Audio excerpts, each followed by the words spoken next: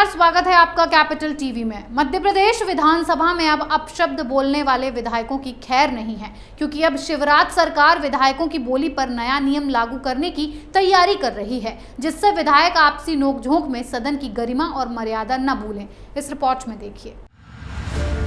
मध्य प्रदेश की विधानसभा में जल्द ही ऐसे शब्दों की एक सूची बनने जा रही है जिन्हें सभ्य भाषा का सूचक नहीं माना जाता है।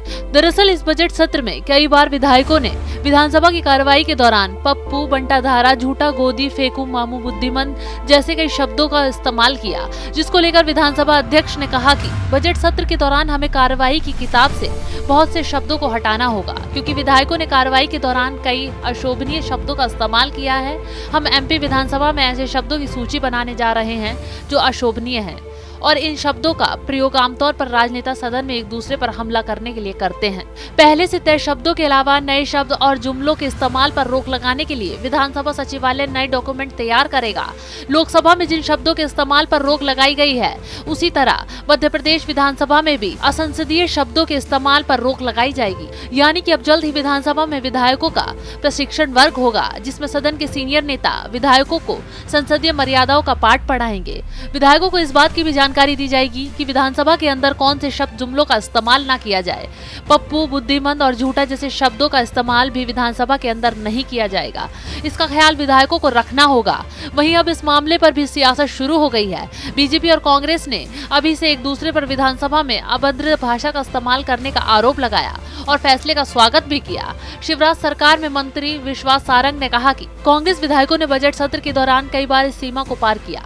उन्होंने न केवल अभद्र शब्दों का इस्तेमाल किया, बल्कि विधानसभा को भी गुमराह करने की कोशिश की। उन्हें वास्तव में प्रशिक्षण की आवश्यकता है।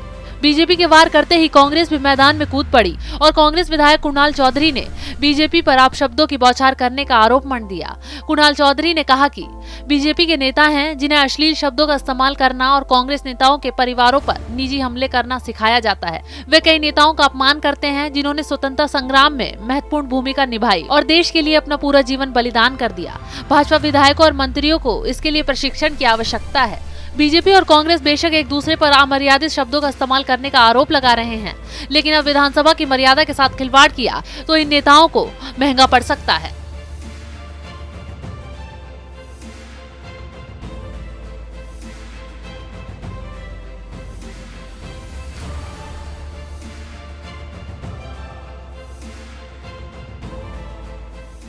मध्य प्रदेश की विधानसभा में अक्सर सुनाई देने वाले असंसदीय शब्द पप्पू, बंटाधार, झूठा, गोदी, फेंकू, मामू, मंदबुद्धि पर अब रोक लगने वाली है, क्योंकि नेताओं की नोकझोंक में इन अपशब्दों ने सदन की मर्यादा खराब कर दी है। लेकिन अब इन शब्दों पर रोक के लिए एक डॉक्यूमेंट तैयार किया जाएगा और विधायकों को बताया जाएगा कि सदन की कार्यवाही के दौरान माननीय कौन से शब्दों का इस्तेमाल ना करें। इस खबर में फिलहाल इतना ही। बने रहिए कैपिटल टीवी के साथ।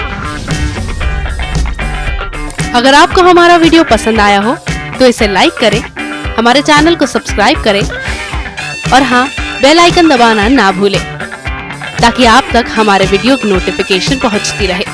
आप अपना सुझाव हमें कमेंट बॉक्स में दे सकते हैं। हमारे साथ जुड़ने के लिए शुक्रिया।